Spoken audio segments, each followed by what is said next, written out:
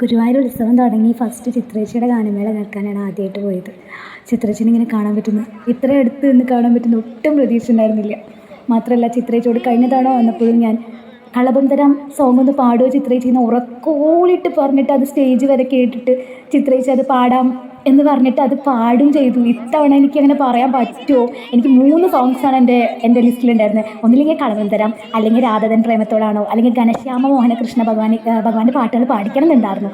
ഞാൻ ഉറക്കോളിട്ട് രാധതൻ പ്രേമത്തോടെ പാടുമോ ചോദിച്ചു. ചിത്രേച്ചി അത് കേൾക്കുകയും ചെയ്തു. ചേച്ചി അത് പറഞ്ഞു കൂടെ പാടുമോ ചോദിക്കുകയും ചെയ്തു. എന്നോട് റിപ്ലൈ തന്നു എനിക്ക്. മാത്രമല്ല ചിത്രേച്ചി അത് പാടി എനിക്ക് കാറിൻ്റെ അവിടെ എത്താൻ പറ്റി. ചിത്രേച്ചിയോട് അതിനെക്കുറിച്ച് പറയാൻ പറ്റി. ചിത്രേച്ചി എനിക്കൊരു ഹായ് വേവ് തന്നു.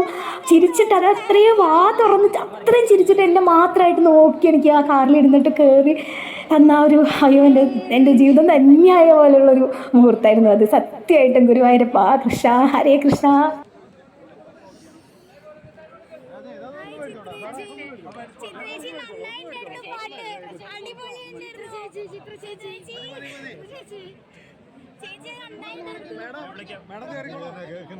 മേഡം കയറും. മേഡം ചിത്രേച്ചി ഇങ്ങോട്ട് നോക്കോ. രാധതൻ പ്രേമ നന്നായിട്ടുണ്ടായിരുന്നു. Thank U.